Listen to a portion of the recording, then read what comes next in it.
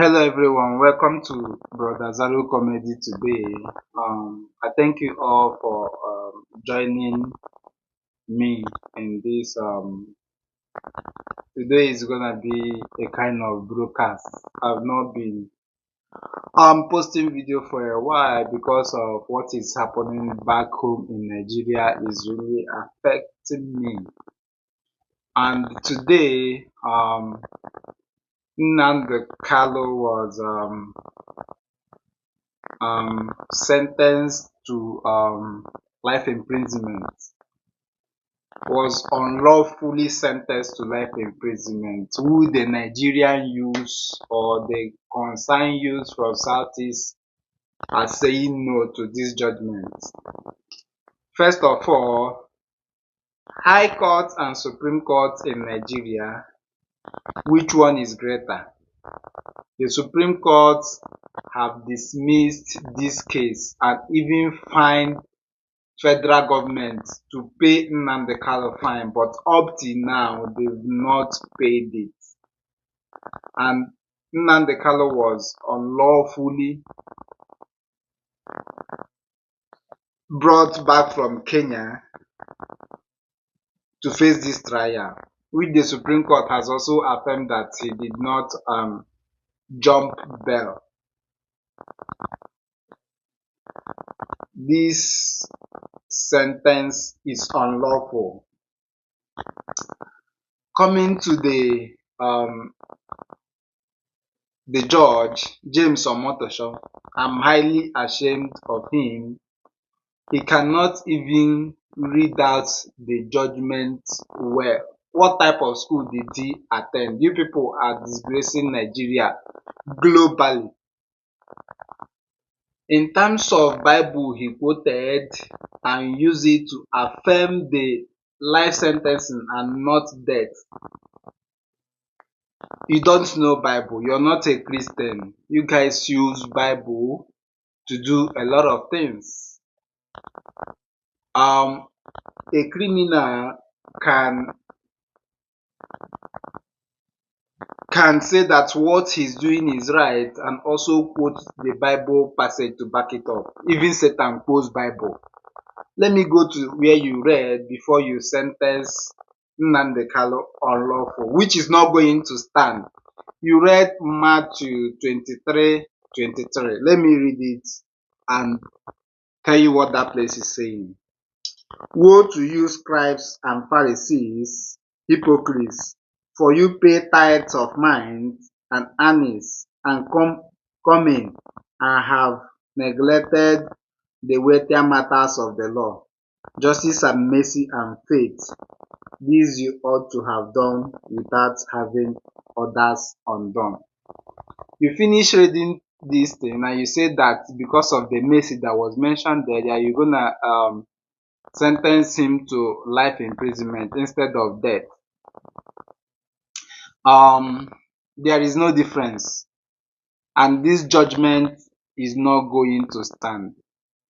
I'm highly ashamed of Mazi Aghocha, who wanted to say that the same punishment should be rendered to people doing worse things than him. In Nigeria, bandits have been converted to army and police. In Nigeria, bandits and government are negotiating openly. Bandits are sharing money on TikTok, and later they will say that they have repented and they will be put in army. Few days ago, an army officer was dismissed. Why? Because they were battling with Boko Haram and the commanding officer said that they should cease fire. The army, seeing that this Boko Haram will shoot him, continued shooting and the Boko Haram ran away and he was dismissed. What type of country is this? We say no to this judgment. The Southeast politicians, Nnamdi Aghocha, who's supposed to stand up for his brother, was trying to say, see what other people are doing, and the judge cut him up and he started apologizing. That's our problem. Had it been every eastern well-meaning Nigeria will stand for Nnamdi Kanu, this judgment will not be passed today. If every eastern Nigeria, every eastern will say that Nnamdi Kanu should be pardoned, he has no case to answer. Supreme Court has already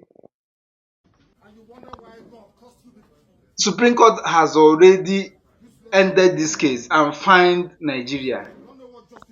So after Supreme Court, another court has jurisdiction to, I don't know the type of law we are practicing. I'm very ashamed of that country.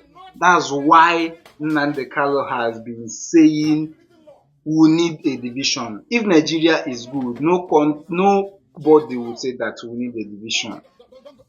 Tinubu, you have done your worst. The man that brought him back from Kenya, that jailed him for 2 years, couldn't sentence him to death or life imprisonment. But you have done yourself as you have done your own as a Yoruba man. Okay, we are not going to accept this judgment. We are ashamed and have rejected every politician, every lawmaker from the southeast who have kept quiet. But this judgment is not going to stand.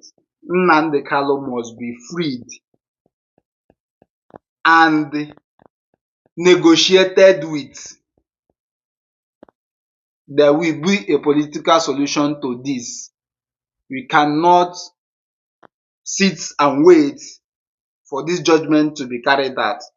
There will not be appeal because this High Court, Federal High Court, don't have jurisdiction to try Mazi Nnamdi Kanu, which is what he has been saying, and he freed his lawyers and opted to represent himself because this court don't have jurisdiction to try him.